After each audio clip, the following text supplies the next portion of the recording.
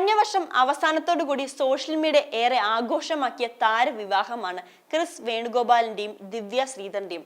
മലയാള television പ്രേക്ഷകർക്ക് ഏറെ സുപരിചിതമായ താരങ്ങളാണിവർ. സീരിയലുകളിലാണ് ഇവർ സജീവമായി അഭിനയിക്കുന്നത്. പത്തരമാറ്റ് എന്ന സീരിയൽ ഒരുമിച്ചതോടെയാണ് താരങ്ങൾ ജീവിതത്തിലും ഒന്നിക്കാൻ കാരണമായത്. വീട്ടുകാരുടെ സമ്മതത്തോടെ നടത്തിയ വിവാഹമാണെങ്കിലും വ്യാപകമായ രീതിയിൽ വിമർശനങ്ങളാണ് നേരിടേണ്ടി വന്നത്. താടി നരച്ച ലുക്ക് കണ്ടതോടെ ക്രിസ്പ് പ്രായമുള്ള ആളാണെന്നും ഈ പ്രായത്തിൽ വിവാഹം കഴിക്കണമോ എന്നുള്ള ചോദ്യങ്ങൾ ഉയർന്നു. പിന്നാലെ ഇത് വിമർശനങ്ങൾക്ക് കാരണമായി. വളരെ മോശമായ രീതിയിലാണ് ചിലർ താരങ്ങൾക്കെതിരെ പ്രതികരിച്ചത്. പല അഭിമുഖങ്ങളിലൂടെയും വിവാഹ വിശേഷങ്ങളും മുൻകാല ബന്ധങ്ങളെ പറ്റിയും സംസാരിച്ചിരുന്നു.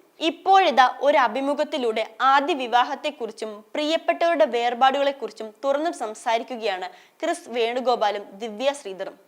കല്യാണത്തിൽ അവസാനിച്ച പ്രണയം, ഡിവോഴ്സിൽ അവസാനിച്ച വിവാഹം, പിന്നെ പ്രിയപ്പെട്ടവരുടെ മരണം, അതെല്ലാം വല്ലാത്തൊരു മരവിപ്പ ആ നാളുകളിൽ ഉടനീളം തനിക്ക് തന്നുകൊണ്ടിരുന്നെന്ന് ക്രിസ് പറയുന്നു. മരണം വഴിമാറിപ്പോയ എത്രയോ അവസരങ്ങൾ, ഇത്രയൊക്കെ ആയിട്ടും ജീവിതം എന്നോട് കരുണ കാട്ടിയില്ല.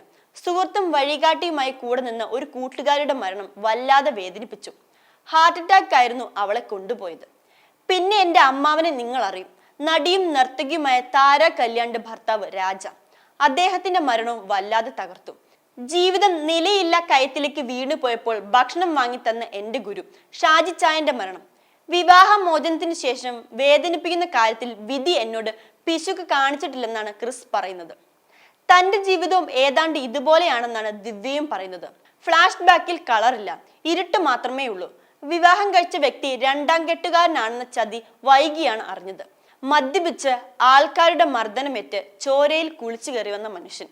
എല്ലാം നേരെയാകുമെന്ന് പ്രതീക്ഷിച്ചു, പക്ഷേ എല്ലാം വെറുതെയായി.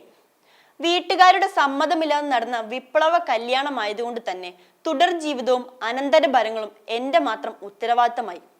രാപ്പകൽ വിശ്രമമില്ലാതെ അധ്വാനിച്ചു. ഹിറ്റായി മാറിയ ഗൽബാണ് ഫാത്തിമ ആൽബത്തിലെ ആശകൾ ഇല്ലാത്ത എൻ്റെ ജീവിതയാത്രയിൽ എന്ന പാട്ടിലെ നായികയായതോടെ ശ്രദ്ധിക്കപ്പെട്ടു.